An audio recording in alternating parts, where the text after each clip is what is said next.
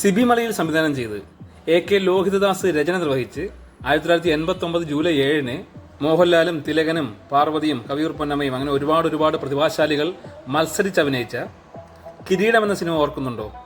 വിധിയും മനുഷ്യന്റെ വീഴ്ചയും കൂടി ചേർന്ന് പ്രതീക്ഷകളും അഭിലാഷങ്ങളും തകർന്നടിയുന്ന സേതുമാധവനെ മറക്കുവാൻ നമുക്ക് കഴിയില്ലല്ലോ. തകർന്ന ഹൃദയവുമായി കിരീടത്തിലെ സേതുമാധവൻ ഒരു പാലത്തിന്റെ കൈവരിയിലിരിക്കുന്ന ഭാഗം മലയാളികളുടെ മനസ്സിൽ വർഷം എത്ര കഴിഞ്ഞിട്ടും ഇപ്പോഴും മായാതെ തന്നെ നിൽപ്പുണ്ട്. അങ്ങനെ 1989 ജൂലൈ 7-ന് കിരീടം എന്ന സിനിമ ഇറങ്ങിയതിനു ശേഷം കിരീടം പാലം എന്ന പേര് വീണ ആ പാലവും ചുറ്റിലുള്ള പാടങ്ങളും കാണാൻ നമുക്കൊന്ന് പോയാലോ?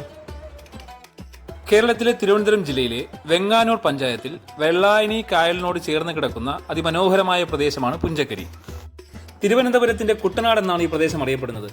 അതുപോലെ തന്നെ തിരുവനന്തപുരം ജില്ലയിലെ ഏക ശുദ്ധജല തടാകവും ഈ വെള്ളായണി കായലാണ്. അറിയുവാനും അതുപോലെ തന്നെ പറയുവാനും ഒരുപാട് വിശേഷങ്ങളുണ്ട് ഈ പുഞ്ചക്കരിയെക്കുറിച്ച്, ഈ വെള്ളായണിയെക്കുറിച്ച്. വിശാലമായ നെൽപ്പാടങ്ങളാൽ ചുറ്റപ്പെട്ട മനോഹരമായ കാഴ്ചകളിലൂടെയാണ് പുഞ്ചക്കരി നമ്മളെ സ്വാഗതം ചെയ്യുന്നത്. വെള്ളായണി കായലും അതുപോലെ തന്നെ വിശാലമായ ഈ പാടശേഖരങ്ങളും ചേർന്ന മനോഹരമായ ദൃശ്യങ്ങൾ ഒരുപാട് വിനോദസഞ്ചാരികളെ ഇവിടേക്ക് കൂടുതൽ ആകർഷിക്കപ്പെടുന്നുണ്ട്. തിരുവനന്തപുരം ജില്ലയിലെ പ്രസിദ്ധമായ വെള്ളായണി ക്ഷേത്രവും ഇവിടെ നിന്നും വളരെ അടുത്തായാണ് സ്ഥിതി ചെയ്യുന്നത്. അപ്പോൾ നമുക്ക് കിരീടം പാലവും വെള്ളായണി കായലും അതുപോലെ തന്നെ പുഞ്ചക്കരിയൊക്കെ കുറച്ച് കണ്ടിട്ട് വന്നാലോ? അപ്പോൾ നമുക്ക് കാഴ്ചകളിലേക്ക് പോകാം.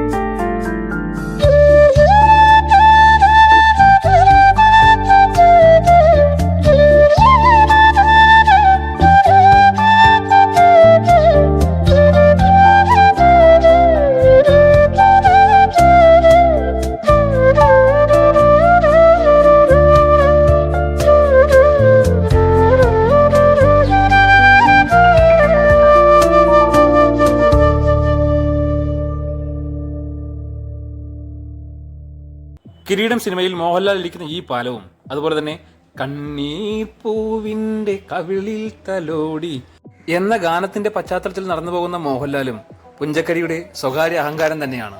അന്ന് കിരീടം സിനിമയിൽ നമ്മൾ കണ്ട ആ പാലവും അതേ പാടങ്ങളും ഒരു മാറ്റവുമില്ലാതെ ഇന്നും ഇവിടെ തന്നെയുണ്ട്. കിരീടം പാലമെന്നും തിലകൻ പാലമെന്നും ഈ പാലം അറിയപ്പെടുന്നുണ്ട്. ഇന്ന് തിരുവനന്തപുരം ജില്ലയിലെ പ്രധാനപ്പെട്ട ഫോട്ടോഷൂട്ട് സ്ഥലം കൂടിയാണ് ഇവിടം.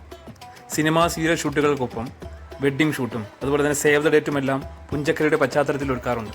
അങ്ങനെ വൈകുന്നേരമാകുമ്പോൾ സൂര്യാസ്തമയ കാഴ്ചകളും രാവിലെ സൂര്യോദയ കാഴ്ചകളും കാണാൻ വേണ്ടി ഒത്തിരി വിനോദസഞ്ചാരികളും പ്രാദേശികരായ സഞ്ചാരികളും എല്ലാം ഇവിടെ എത്തിച്ചേരുന്നുണ്ട്. അങ്ങനെ ഞങ്ങളെത്തിയ വൈകുന്നേരമാണ്. വൈകുന്നേരത്തെ കാഴ്ചകളൊക്കെ കണ്ട് ഞങ്ങൾ അങ്ങനെ മുന്നോട്ട് നടക്കുകയാണ്. നമ്മൾ ഈ പാലത്തിൻ്റെ അവിടെ നിന്ന് നേരെ പോകുന്നത് വെള്ളായണി കായലിൻ്റെ ഭാഗത്തേക്കാണ്.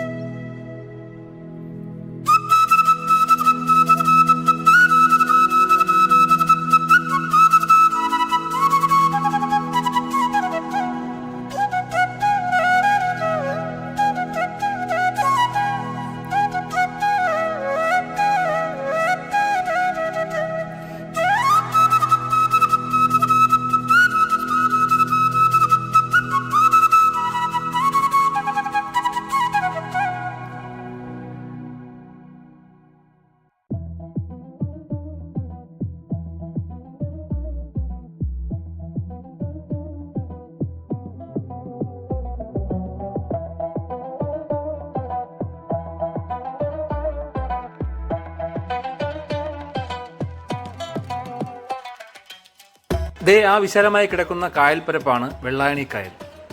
തിരുവനന്തപുരം ജില്ലയിലെ ഏക ശുദ്ധജല തടാകമെന്ന് ഞാൻ ആദ്യമേ പറഞ്ഞില്ലേ. എന്തു തന്നെയായാലും മനോഹരമായ വൈകുന്നേരത്തെ കാഴ്ചകൾ തന്നെയാണ് നമുക്ക് അവിടെ നിന്ന് ലഭിച്ചത്. വെള്ളായണി കായലിനോട് ചേർന്ന് പ്രകൃതിയാൽ മനോഹരമാക്കിയ ദൃശ്യങ്ങൾ ഒരുക്കിയ പുഞ്ചക്കരി പ്രാദേശിക സഞ്ചാരികൾക്കിടയിൽ വളരെ പ്രസിദ്ധമാണ്. പാടവും പക്ഷികളും പച്ചപ്പും നിറഞ്ഞ ഗ്രാമീണ കാഴ്ചകൾ എത്ര കണ്ടാലും മതിവരാത്തത് തന്നെയാണ്. കേരളത്തിൻ്റെ വിനോദസഞ്ചാര ഭൂപടത്തിൽ ഇടം നേടാനുള്ള കാത്തിരിപ്പിലാണ് നമ്മുടെ പുഞ്ചക്കരി. തിരുവനന്തപുരം നഗരത്തിലെ എല്ലാ തിരക്കുകളിൽ നിന്നും ഒഴിഞ്ഞ് നമുക്ക് സ്വസ്ഥമായി വൈകുന്നേരങ്ങളിൽ സമയം ചെലവഴിക്കാൻ പറ്റിയ മനോഹരമായ സ്ഥലം തന്നെയാണ് ഇവിടം. പ്രാദേശികരായ ആൾക്കാർ ഇവിടെ നിന്നും വള്ള സർവീസ് നടത്തുന്നുണ്ട്. വള്ളത്തിൽ കയറി വെള്ളായണി കായലിൻ്റെ മനോഹരമായ കാഴ്ചകളൊക്കെ നമുക്ക് ആസ്വദിക്കാവുന്നതാണ്. പല ഭാഗത്തും ആമ്പലും താമരയും ഒക്കെ പിടിച്ചു കിടക്കുന്ന സീസണൊക്കെ ഉണ്ട്. അതുപോലെ തന്നെ ഏറ്റവും പ്രധാനം പുഞ്ചക്കരിയിലെ കൃഷിയാണ്. ഒരുപാട് കൃഷിയിടങ്ങൾ, എടുത്തു പറയേണ്ടത് ചീരയാണ്. ഒരുപാട് ചീര നിറഞ്ഞ പാടങ്ങളും ഒക്കെ ഉണ്ട്. ഒരുപാട് കൃഷിയിടങ്ങൾ നിറഞ്ഞ പുഞ്ചക്കരി, അതായത് വെള്ളായണി ഭാഗമൊക്കെ വളരെ മനോഹരം തന്നെയാണ് കാണാൻ.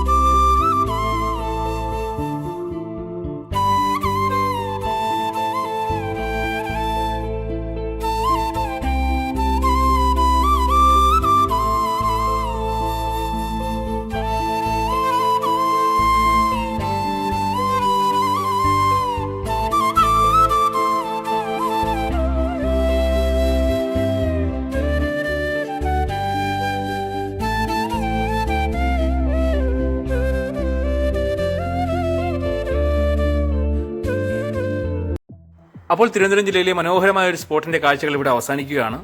നമ്മുടെ യാത്രകൾ തുടരുന്നതാണ്, കൂടെ കാഴ്ചകളും.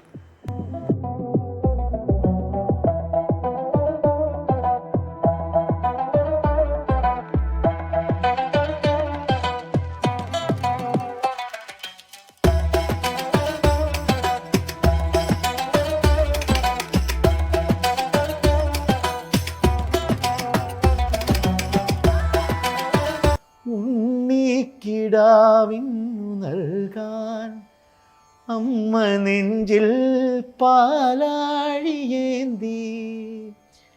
1000 കൈ നീട്ടി നിന്നു സൂര്യതാപമായി താതന്റെ ശോകം വിട ചൊല്ലവേ നിമിഷങ്ങളിൽ ജലരേഖകൾ വീണലിഞ്ഞു കനിവേകുമീ വെൺമേഘവും മഴ നീർക്കിനാവായി മറഞ്ഞു ദൂരെ പുള്ളോർക്കുടം കീണുറങ്ങി കണ്ണീർ പൂവിൻ്റെ കവിളിൽ തലോടി ഈണം മുഴങ്ങും പഴമ്പാട്ടിൽ മുങ്ങി അരുവാക്കു കേൾക്കാൻ കാത്തു നിൽക്കാതെ പൂത്തുമ്പി എന്തേ മറഞ്ഞു എന്തേ പുള്ളോർക്കുടം പോലെ തേങ്ങി